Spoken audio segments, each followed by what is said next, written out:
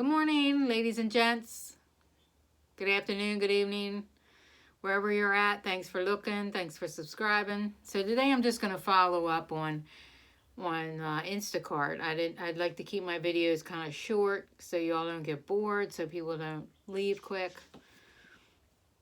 So and I'll tell you why I probably got deactivated. So my tips on Instacart is to know your store, like we discussed before in my other video, and to know your store as much as you can. Try and stay in the same store so you can get quicker and you can make money, because that's how you make your money. You have to get quick. Another thing is you're probably going to get a few crazy customers that expect constant attention, and they will try and run you around. So you have to learn how to deal with them, and they're not, especially if they're not tippers. You know, if they're not going to tip you, you're not going to run me ragged back and forth in a store for a $10 order. It's just not going to happen. For me personally, I'm not going to be doing it. So if they tip good, hey, no problem. You can run me around a little more, and I will not have a problem going back and forth to the store. But that's another thing that will happen. So, do you want to go out? Like, I went out and bought this shopping cart because I watched a lot of YouTube videos and was like trying to get tips. And personally, I only used it maybe once or twice, but I did do Uber too. So keeping a cart in the car, like if you're only going to do Instacart, then you might want to keep a cart in the car. But for me, it didn't work because I was doing Uber, and then it was like taking up too much space in the car. So it didn't really help. It only helped in like maybe once or twice. I had a couple apartment buildings, and this is another thing that can slow you down and make you lose money doing any of these delivery jobs, but mainly Instacart, because you got like a lot of bags, a lot of groceries. Normally, if you're just doing a food delivery, you don't have like massive amounts of food. So mainly it is for the grocery shopping, but you'll have these apartment buildings with all this security, okay? Or you're delivering food to places where they have gate codes, and then they don't give you the gate code. You can't get the customer on the phone. All of these things have happened to me, and it is a mess. And I just don't think I have the tolerance or the patience to deal with it. So you got to make sure you have the patience and tolerance. For me, I'm trying to make money. I'm not trying to sit out here and call you on the phone for 10 minutes and get a gate code. These are things that should be in there. And this happens even sometimes with food delivery. They want their food. They want it quick. They don't want to give you a code. They don't want to answer these electronic doors. Some of these apartment buildings have codes to get the elevator to move. And you got to wait, and you can't find nobody around, especially during COVID. It was like hardly impossible. Now, sometimes in these hospitals, even right now, you can't get the food to the people. Like I went into a hospital the other day with a food delivery from Grow Hub, and it was a hospital, and the security guard did not want to let me in with food, and the people were not around. They were not answering the phone. I'm like, what am I supposed to do? Okay, so Grubhub is like one of the better ones for me, maybe because I didn't get fired, but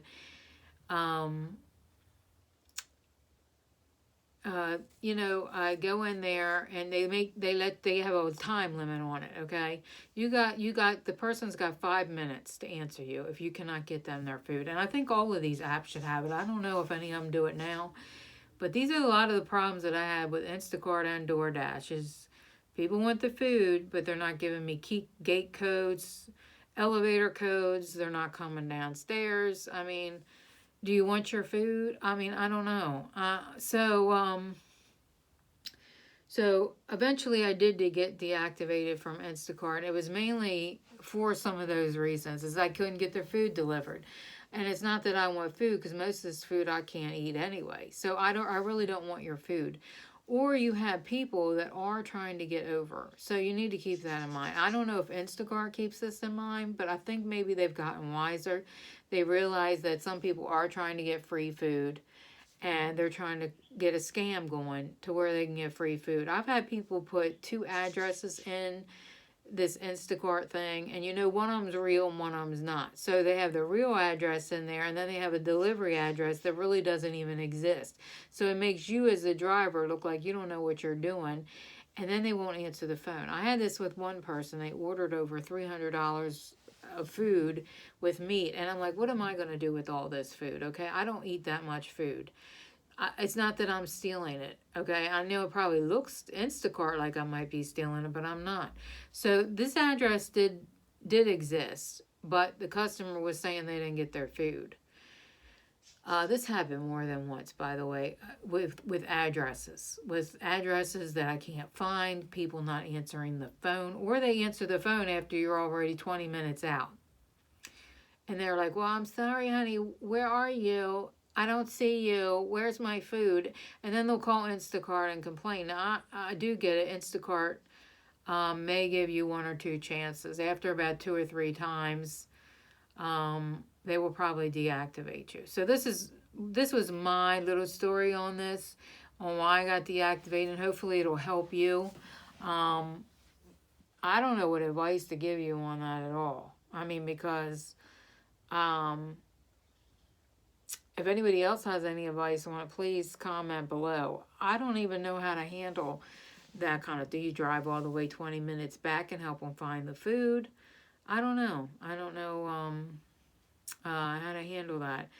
But that happened more than once with these addresses that really don't even exist. Or they're like so hard to find that you can't find them. And people are not answering the phone. So anyway, that's my little vent for today. I hope it helps somebody realize some of the stuff that you have to go through on these delivery jobs. I have gotten a lot of food and stuff, but it wasn't because I was trying to steal food. Now, sometimes I'll forget and I'll leave something in the car, and that's happened too, and I feel really bad because I did not intentionally intend to take somebody's food. And I hate it when that happens. It happened a few times, like you forget one item or whatever. But there are sometimes I've had whole deliveries I couldn't deliver because I couldn't find the address, or I delivered to the wrong place. These are things that are going to get you deactivated. As far as the shopping cart goes, that's your decision. I've only used it twice in my 1.5 years. So I don't know if it's worth the investment or not. It wasn't for me. I'll probably end up giving it away. Personally, I just buy these big Ozark bag. They are called Ozark, by the way, at Walmart. They're $5 and they're huge. They're insulated and they're good quality. And I still have some left over. And they're like $5 a piece. I'll try and find a link and leave it below. But they're like in the camping section at Walmart. And they are great for Instacarting. And I would rather just use those and keep those in the car than the whole big shopping roller cart thing. But, these are just some things to consider. Okay, I hope I helped somebody today. Y'all have a great one. Bye.